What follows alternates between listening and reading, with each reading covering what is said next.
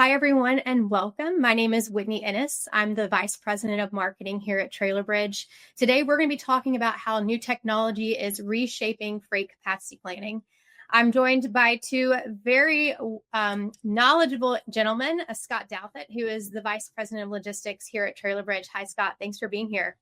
You bet. Glad to be here. Glad to have you. And we have a very special guest today, Alex Burlingame with GenLogs. He's a Vice President of Customer Success, one of our freight tech partners. Alex, thanks for being here. Thanks for having me. Now, there is a lot going on in freight, but today we're going to specifically be looking around technology. GenLogs has been a partner of TrailerBridge's. We partnered, I think, at the start of 2025, but we started having conversations at the end of 2024.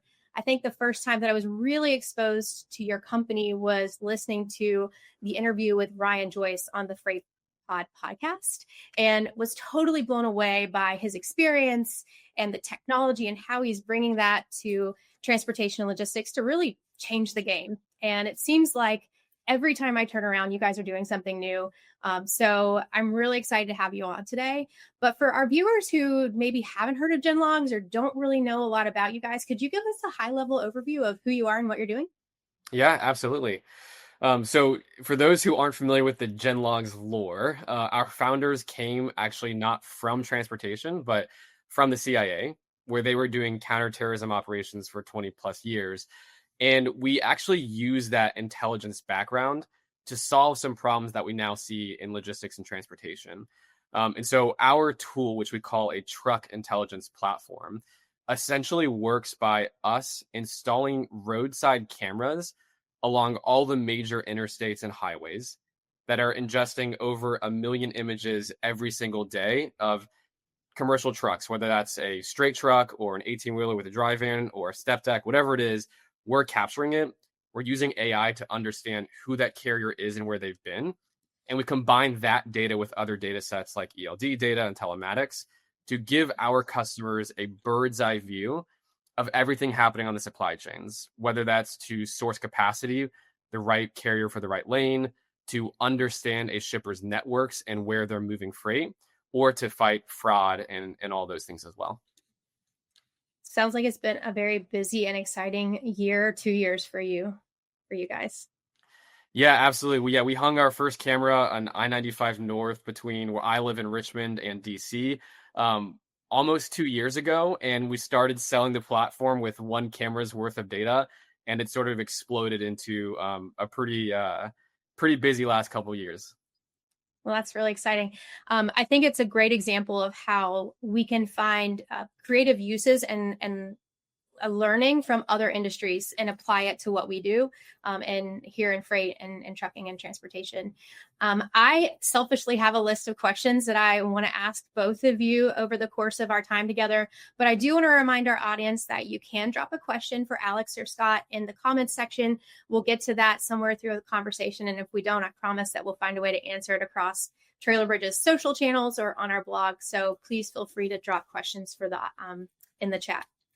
But to get us started, I want to I guess, start the playing field or just kind of talk about generically, how is technology reshaping capacity planning, specifically in freight today? And why is that shift so important for shippers and carriers? So I know that it's kind of on both sides. So Alex, could you start us off here? Sure. I feel like every day we hear these headlines of, look, we're in our 12th, 13th, 14th straight quarter of this freight recession. Mm-hmm. And we hear all the time from our customers that margins are squeezed and, it's really hard to just even kind of make it through the storm that we're in. And we see a lot of bad actors taking advantage of that situation to introduce all sorts of cargo theft and fraud and these organized theft rings and all of that. But I think one thing that is really maybe under indexed right now is some of the safety risks that we're also seeing at play in the market. And that is something that obviously both the shipper, the broker, and the carrier all have some degree of liability for. And just to kind of illustrate what I mean, I was talking to a broker the other day who I was showcasing some of the new safety features we have in GenLogs, where we can showcase things like estimated mileage, if this is a team driver situation, their compliance and safety scores, all of this is now available. And I asked him, I said, hey, would you be interested in unlocking some of these new features? And this broker was much more candid and direct than I think you would hear from most people you talk to. But he said, honestly, like, I don't really care about the safety scores right now. As long as I can identify a carrier that we are going to be able to run a load with and make some, reasonable margin, and as long as I know that they're not fraudulent, we're going to tender a load to them. I don't really care about their hours of safety violations, anything else like that. And it got me thinking about a recent story. We were talking about this a few minutes ago, Whitney, where this carrier, Hope Trans LLC, down in June in Texas, had a driver falling asleep at the wheel because of an extended trip violating all the hours of service regulations. He's falling asleep at the wheel, resulting in a fatality with a pileup of different cars. And what was so obvious in this safety data that GenLogs exposes to our customers is that this was a ticking time bomb expected to happen. Like, you could see from the trend of this carrier's behavior that they were going to have an incident like this. And yet every single day, brokers are tendering loads to Hope Trans LLC. And even since this news broke out a couple months ago, we look at them at our platform from the camera data we have. We see all 65 Hope Trans vehicles on the roads every day, hauling for some major shippers with major carriers, still tendering them loads despite this risk. And so I think a question our technology has to be able to answer is, how do we maximize our margins with our carriers without having to sacrifice fraud concerns and also safety concerns? And that's something we partner with our customers like Trailer Bridge to figure out. Yeah. Now, Scott, you've been managing and handling freight for over 30 years, I think. Yeah, but coming up on 35. So, gosh, I cut you 5 years short there. But what's your take on it? In response to what Alex shared, but also how you're seeing the shift from your day to day. Yeah, so the gateway for me was, I take myself back to the old school days and started in this industry in 91. And to go find trucks, we would go drive to truck stops. And the evolution of having cameras lined up on the highways, I can't tell you how. I guess first I thought it was a little creepy, but at the same time it was creepy cool, because the idea that you can follow patterns with carriers was not something that we were able to do unless we had completely captured that capacity. We would have to have a dedicated relationship with a carrier and know all of its drivers to understand what their patterns were. So having the ability to do what GenLogs allows us to do, it hits a bunch of different boxes for us, because we're able to see trends for specific carriers. We're able to investigate things that could be fraudulent or we need to know a little bit more about. All of these things become a lot more visible where otherwise they would be completely missing. And so those are the types of things. We've had load boards, we've had ways to check on some of the safety ratings and see what's going on with other carriers and brokers' experiences with the capacity that we deal with daily. This just gave us the next level of visibility that will really help us to make better decisions along the way. And I like what Alex said about the idea of it assisting us with improving margin without sacrificing the quality. That's a big issue. When you're at the bottom of the market, like where we are today, you're almost forced to, you want to tell a customer this, you get what you pay for, but you can't. And so to build those relationships and have a stronger base of capacity that's more legitimate on top of it is a win-win for the industry, in my opinion. Yeah, now I'm certainly not operational side. I'm more on the marketing and the messaging side. But from my perspective, as a broker, right, when we are working with shippers and handling their freight, if something happens to that freight, or if there's an accident that involves a fatality, that is a representation of our brand.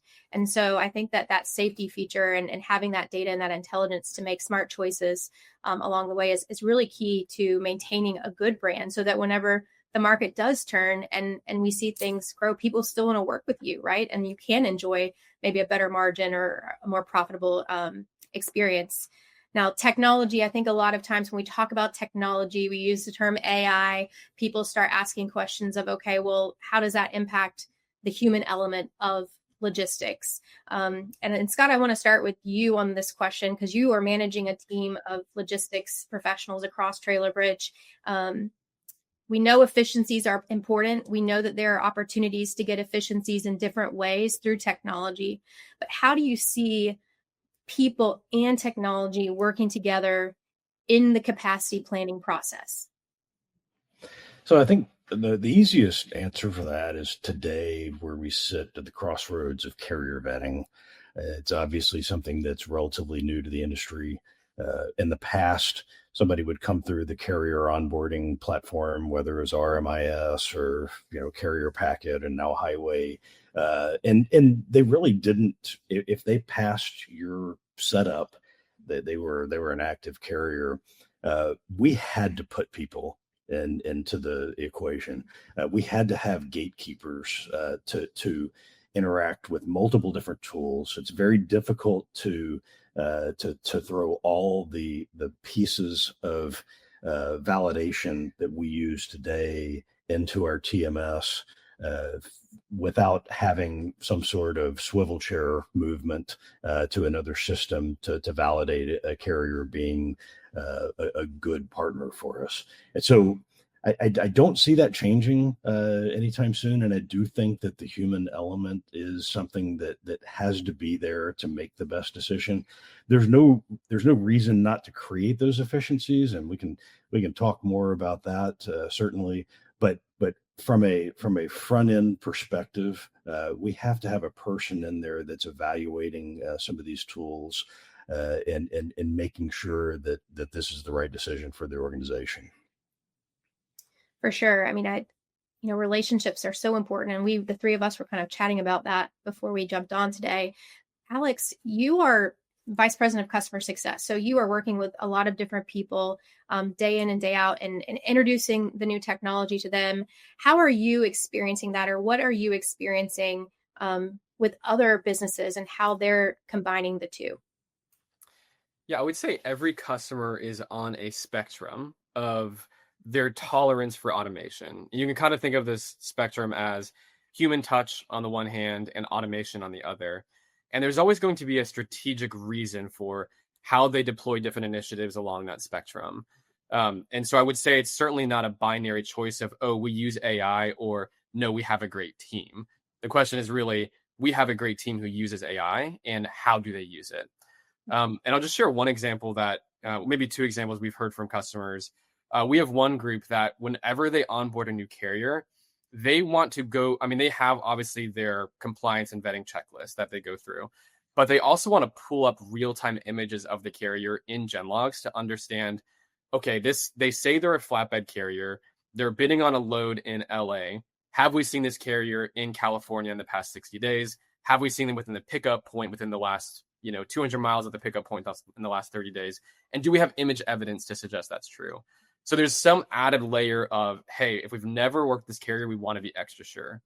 Another thing I've heard folks doing is they are doing their best to automate the most routine and rote, capacity planning that they can.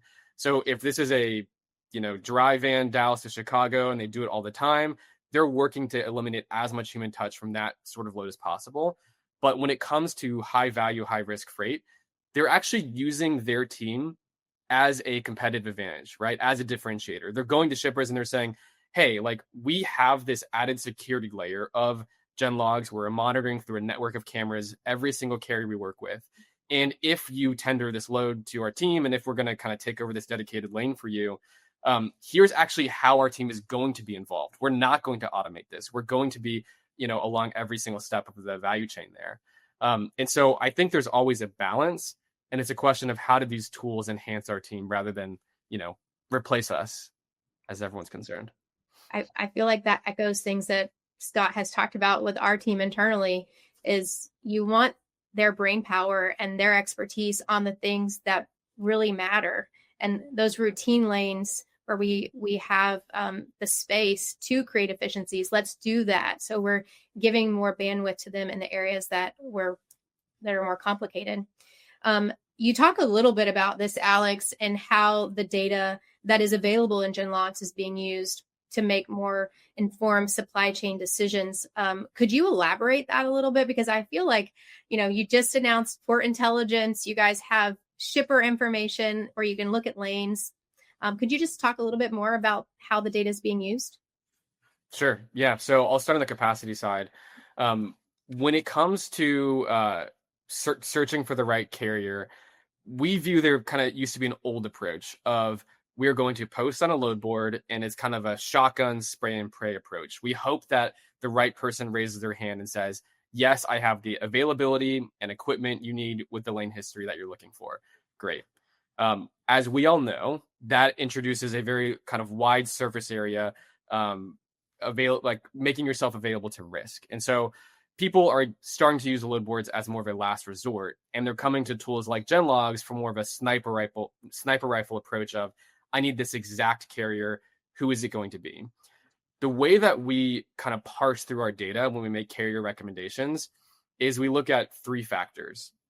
We look at kind of recency of a carrier being on a lane, frequency that they run that lane, and then finally, do they have the right safety scores like we talked about earlier, but also equipment matches. And so whenever we, are querying an origin or an OD pairing, we are within a few seconds surfacing both real-time results of carriers who are actually in the market right now available for pickup, but we're also doing a bit of a historical look back to figure out, okay, if you're looking for Odessa, Texas to Nashville, Tennessee, who are the carriers that we've seen repeatedly on that lane in the last 30 days, and who has the highest match score in terms of your requirements, but also in terms of the equipment needs you're looking for as well. Yeah. Now, I think the great thing about having the both of you on this conversation is, Alex, you're talking about it from the tech side, but Scott, you're a user of this technology and you see how your team is using it and making some specific decisions with the data. Do you have any examples that you would want to talk about or share through of how you're using the technology? You bet. I think right out of the gates, and I don't know that we expected this, we looked at this as certainly a capacity and fraud detection tool. But our first success, to be honest, was on the sales side, researching lanes from shippers. We are not only able to see lane and lane density from regions, but also down to a shipper level. And that allowed us to open some doors. It's obviously a really tough selling environment in the industry right now. We found success in that. So the other areas that we expected to see the immediate impact were not necessarily what happened. We had some wins on the sell side of it and continued to research customers in that regard. So it's a hell of a tool for that. Well, I love it whenever we have a tool that has multiple uses, which is definitely what GenLogs offers all of us. Scott, you have recently launched a new load planner approach within our team to capacity and relationship building with carriers. Can you walk us through how you're changing the way we serve our customers and our carrier bases here at TrailBridge? You bet. So our TMS mastermind has had the ability to work through routing guides and waterfall approach to booking freight, and we haven't been using it. And we also are trying to gain better traction on capacity management, because we do understand that when you are treating a carrier like a customer, they're going to be there for you. You're going to have a tighter relationship, and it improves every aspect of the flow of our freight through our system.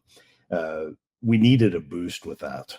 And so what we did, and another aspect that I think was underutilized by our team, and really all of our locations, was using some of our historical data.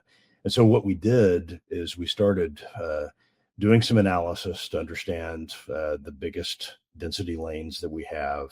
And the whole load planner approach really is forcing the utilization of routing guides to create that efficiency. We talked earlier about, where people come into play. If you've got a carrier that wants a lane consistently and is willing to lock in a rate, you would be, I would just say, stupid to not automate that process. make things a lot easier on yourself and for the carrier. Because ultimately, if we're an easier broker to work with for the carrier, they're going to want to work with us. And so we've made a lot of steps in a bunch of different areas to be easy to work with. This is another step that throws some automation in there. But in building the book of business around this, we are also leveraging things just like GenLogs to look at those lanes, look at our heaviest dense lanes. And if we don't have consistency with our carriers, we need to go build that consistency and build those relationships and automate that function so that we can move faster. And that will give our account managers time to go spend more focus on bringing in more volume. And so it's another aspect of a win-win. And that's something that we bring up a lot, and especially talking about GenLogs with the fact that it has multiple facets to it that we can leverage. Yeah, a lot of times when we think about how we can serve shippers, it's about understanding what their challenges are or what their needs are, what they want, and answering that. And I think one of the benefits of GenLogs is when you see a carrier running a specific lane consistently, obviously they like that lane. And so building that relationship with them for something that they already enjoy doing, or they already have a driver who understands that lane and maybe what the challenges are or what the positives are, you're going to them with something that's going to benefit them and make life easier. So I think that's a great way. How does this strategy specifically benefit the shipper? I mean, we're talking about the carriers a lot, but why would a shipper care that we're using this technology and how we're planning the capacity for their freight? Scott, Alex, either one. Yeah, I would jump in first and say it's the end result. One of the things that I have pushed my people throughout my career is we need to know more about our customers' business than they do. If we can build consistency with their capacity and even down to the driver level, have the same person picking up and same person delivering to these locations, they actually bring some familiarity, not only to the shipper, but to the receiver side of things. Things go more smoothly. People know what to expect, and we're servicing our customer better. And so any tool that we can create that type of consistency for our customer, they are going to appreciate it, whether they know what's sitting behind the curtain or not. Yeah. Alex, what's your? Yeah, I would just say, and I think this is the Trailer Bridge ethos as well, but we just have a positive sum view of the industry, meaning what is good for the shipper and good for the broker is going to be right for the carrier as well. And when you can help all parties win, we win together. And that's why, we started out thinking, okay, we're going to track trucks and deliver really quality carrier recommendations. But we realized there's all this data sitting on the table for us to unlock shipper lanes and deliver shipper intelligence as well. And we do that so that you can, zoom into a specific DC or plant and look at a shipper's facility. And Scott was alluding to this earlier, but you can kind of click in and view a network of where are all the different markets they're moving freight and what's the density on each lane. And we do that because we want to serve both the capacity recommendations and the shipper needs to a broker like Trailer Bridge, so that you can figure out how do we map our capacity strengths to the needs of the shipper.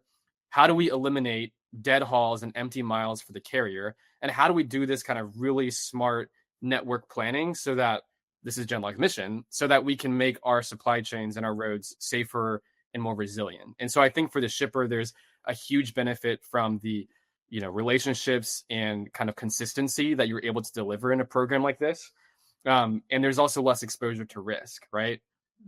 When I look at so we have a free kind of service to the industry where if you ever have, God forbid, a load gets stolen, our team will investigate that particular situation free of charge, just to kind of do right for the industry. And when we looked at the last half dozen of these inbound requests, every single one of the carriers that were ended up being a bad actor were approved in the various compliance and vetting tools. They didn't have a contact information change within the FMCSA. They met all the requirements.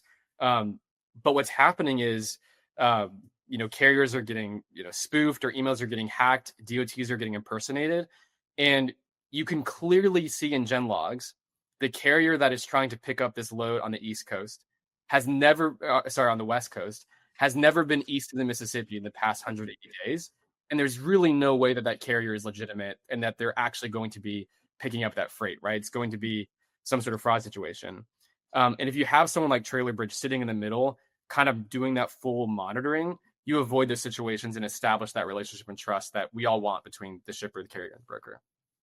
Well, I love that you kind of segue us into the topic of freight fraud, because I think that your tool, specifically GenLogs, a lot of what we see in the marketplace of how people are talking about using your tool is around combating freight fraud. We certainly use it for that here at Trailer Bridge as well. And you kind of talked about like how it helps protect the shipper, the carrier, and the broker. And every time I think, Scott, you've mentioned this before, every time we think we figure out what they're doing, something new comes in. So I'm curious, do either of you have anything else to add around how this freight intelligence and even the new approach that you're taking, Scott, to capacity planning is helping protect all parties, right? The carrier, the shipper, and certainly us as a broker? Yeah, I mean, I can jump in and say what we have been able to observe, and I think I really, there's a video that GenLogs put out that Ryan showed literally license plates being changed, the same tractor being registered with multiple MCs, all these different things that we otherwise would not have the ability to validate, because the people that are trying to pull off this fraud, they're slick. They know what they're doing. They can get past most people. That's why we do have to keep people in the scenario here, because we sniff these things out. And I can tell you, anywhere from 15 to 20% of the trucks that come through our vetting process, we do have to say no to, for one reason or another. The folks on the floor feel like it's a much higher number than that because people don't like to hear no. But the reality is, we are leveraging all these different points, and we have learned from some of the new tools that have come out that there's multiple ways we can analyze data to see if something is real or not. And GenLogs is absolutely part of the multi-step validation process that we have through carrier vetting today. Yeah, and just adding on to that, I think a lot of the kind of fraud monitoring tools out there, they do a really good job of understanding the digital footprint of a carrier or would-be carrier, right? Understanding, has their contact information changed? What IP addresses are they using, et cetera? And this is really great to detecting maybe a foreign operator who is, definitely not legitimate. But where they don't go far enough is understanding the physical footprint of that carrier, meaning where are their trucks actually moving? What equipment have they actually been seen with? What is their location history? And even to what you just mentioned, Scott, how has the fleet of VINs seen on the roads changed over time? And this is where I think GenLogs is a great kind of complement, because not only do we have models detecting some of the digital fraud indicators, but we can also confirm with ground truth data, does what they're kind of saying online correspond to what we actually see on the roads? And so a lot of teams are doing this manually today, where they will look at, hey, this carrier is an owner op that has one blue Volvo. And I go in GenLogs and I see, that we actually see 5 different trucks compared to we have registered. One's red, 2 are green, and they can realize like, okay, something fishy is going on here. But the beauty of having the mountains of data that we do is that we like to say anything the human eye can detect, a computer eye can detect as well. And so we have fraud models that we're building to detect things like, was that license plate, just zip tied onto the front of the vehicle? Is that a true like US DOT placard on the side, or is it temporary and taped on? Are there any tape markings of placards being switched? Have we seen a material change in the carrier's location history in the last few days, kind of indicating that maybe someone else is operating underneath this DOT? There's all sorts of things that once you have the ground truth data, you can understand and surface. And these are becoming real-time fraud indicators for our customers to monitor both their current set of onboarded carriers and to see if there's any new signals that they should be aware of.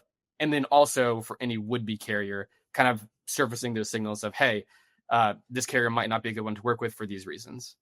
Yeah. I was just listening to the CBS interview that Ryan had talking about the Hope Trans situation, and it came up about the tape marks on the side of the truck. And so it's crazy what technology allows you to do, and how you're using that to help people like Trailer Bridge, as well as other shippers and other companies. So I certainly, I think this next question, I think the obvious answer is probably freight fraud, but what are maybe some other big hurdles that you think logistics providers are going to face in the industry? And then maybe we can go and kind of go down the avenue of when we're adopting new technology. So Alex, if you could answer, and then Scott, I'd love to get your perspective. I think everyone has consensus of the problems, right? Everyone understands that margins are tight and that fraud is rampant. What I see every day that does concern me is that there's a bit of a disconnect between leadership and the front line, right? So I have a conversation with Scott about what is the future of Trailer Bridge, and tell me about this waterfall capacity planning, strategic plan you have. And we're like totally seeing eye to eye, and we've got like a great plan. And Trailer Bridge is an exception here, but I talk to other customers where once I actually talk to the person who is sitting at the desk with the 3 monitors and actually booking the freight, they don't want to go through another checklist. They don't want to have to log into another UI and see if the carrier meets the vetting requirements. They actually like posting onto a load board because it's fast and they can easily reach a bunch of people really quickly. And so there's sort of this disconnect of leadership wants things to be safe and automated. But if you are the person's job who's at stake, like, you don't want too much automation. You want to make sure that you're still there. And so I think this idea of change management is something we're not talking about enough, because it is probably the biggest roadblock between adopting technologies that can solve these problems and the technologies existing but never being used and sitting on a shelf.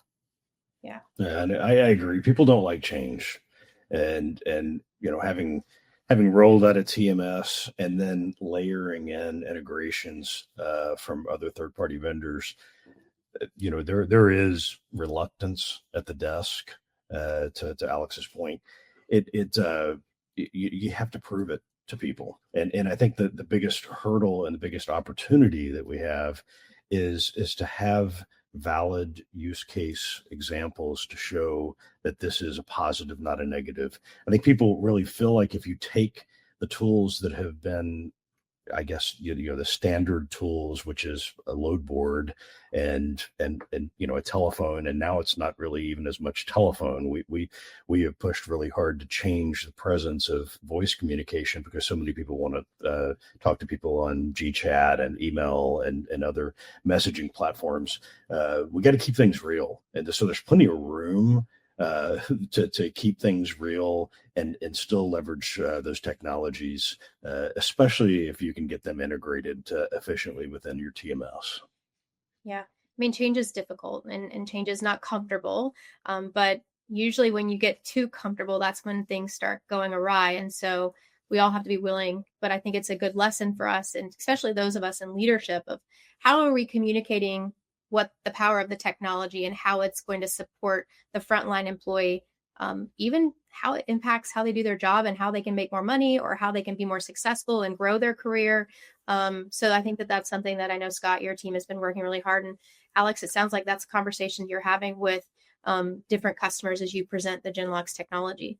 We're starting to come to the end of the conversation. So I do want to remind any viewers that if you do have a question, you can drop it in the comments and we'll get to those. But before we wrap up, I did want to get both of you to weigh in on a trend, maybe one, maybe two, a trend that you think will most impact supply chains in the next 2 to 3 years.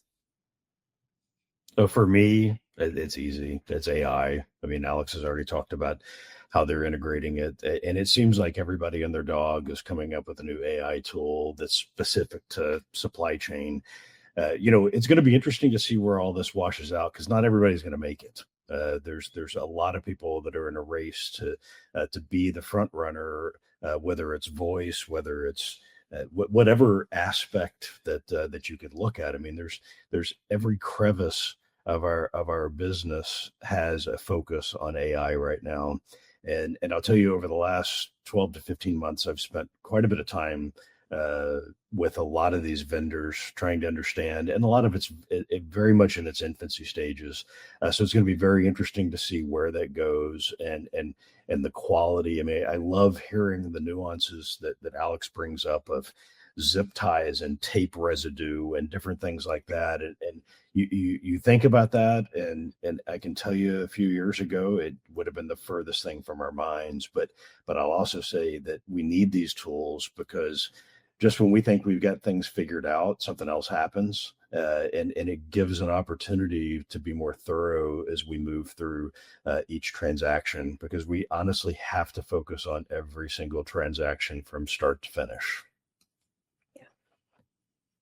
That's a lot of transactions, depending on the size of the broker and the partner. So good feedback. Alex, I'm sorry I interrupted you. No, you're good. I was just, adding on to your point, Scott, like in the last 5 years, there's been a great proliferation, maybe even less, maybe the past 3 years, a great proliferation of AI tools out there. And I think that's great, because they're solving very specific problems. Like, hey, I'm going to be a Chrome extension that's going to sit on top of your Outlook and make the email portion of this a little bit faster, so that it connects to your TMS and, inputs the load and all of that. That's a real problem, very specific to our industry. It needs to be solved. But then there's other AIs that are tackling things like the back office side of this, or they're tackling the fraud piece of it, or the carrier onboarding. And now there are all of these tools. So the way I think about it is, there's been this great proliferation that will be followed by a great consolidation. Lots of M&A activity trying to figure out, how do we make the tech spin for each of our different companies, less of a line item on the P&L on the one hand, but also trying to streamline the workflows. Because what's happened is that, I think about the end user here who's sitting at their desk and they've got 2 or 3 monitors.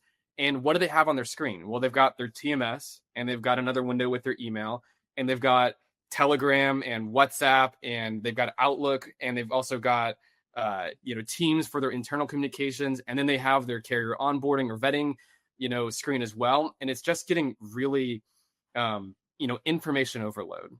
Mm-hmm. And so I think it actually, by virtue of having so many tools, it can slow down the workflow. And so something GenLogs envisions is what we call like a UI-less future, meaning how do we get the data where it needs to be so that you don't even have to have a screen. It just accomplishes the task, whether that's integrating the data into the TMS or some sort of control tower or other solution. That's what we envision to be the future. And this is kind of a silly example, but you can see this in other industries. You think about, when we were kids, like you didn't have GPS, you didn't have all these different, things telling you to go. Like you had a map. Like I'm early enough to remember, like, you have this big map, you sprawl out on the dashboard to figure out where you're going. And then I remember when I was a little bit older as a kid, like it was no longer maps, but it was a little packet of paper you'd print out from MapQuest, right? And it'd be turn by turn directions of where to go. And then obviously that turned into the Garmin GPS devices, and now it's on our phones. But if you think about that trajectory, that's exactly what's going to happen here with AI and freight. Meaning we started with data that was unstructured. Lots of information. That's the map. It doesn't tell you where to go. It just tells you where things are. And then we got a little bit better, and we started to structure and maybe curate that data. So now you have turn-by-turn directions, but it's still physical. There's some sort of like human intervention there. And then that information became digitized in the form of a GPS, and you hardly have to think about it. You just input your origin destination, and it tells you where to go. But where that is headed isn't stopping with GPSs, right? Google owns Waymo, and Waymo is going to usher in a future where we don't even own cars maybe, and then we just sort of hop in, and there's no UI. We just end up where we need to go. And I think something similar is going to happen in our industry. And I think the question of how you get there is really boils down to, do you have the data? GenLogs doesn't foresee ourselves as the car or the engine even.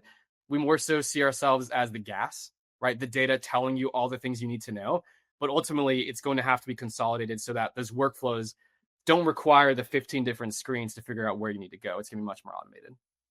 And I think that's important to remember, because we want our employee experience to be a positive one. And if we're asking our employees who are booking the freight to have all these things open, and we expect them to be efficient and to book the load and to learn the new technology, it can be overwhelming. And so what you're talking about is not only addressing, betterment for the industry and the technology and the power of that, but also how we take care of the people that are behind it all. So thank you guys. Well, this conversation has been so good. I've enjoyed it. We've already hit the 40-minute market. So I want to thank you both for your time, for sharing with us today, your expertise.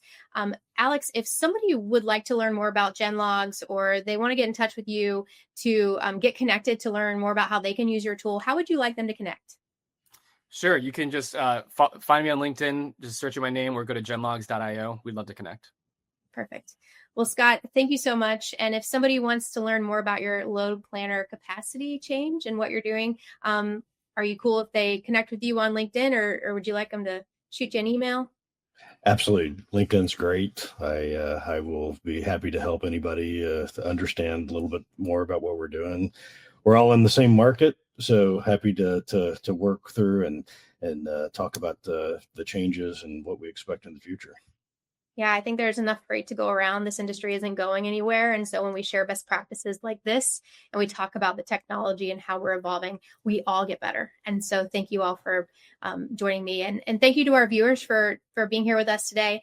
I still have questions that I didn't get answered. So be on the lookout for some of those to get answered on Trailer Bridge's LinkedIn page. If you're not following us, please follow us. And if you have freight that needs to be moved, our team is standing by and ready to help you out.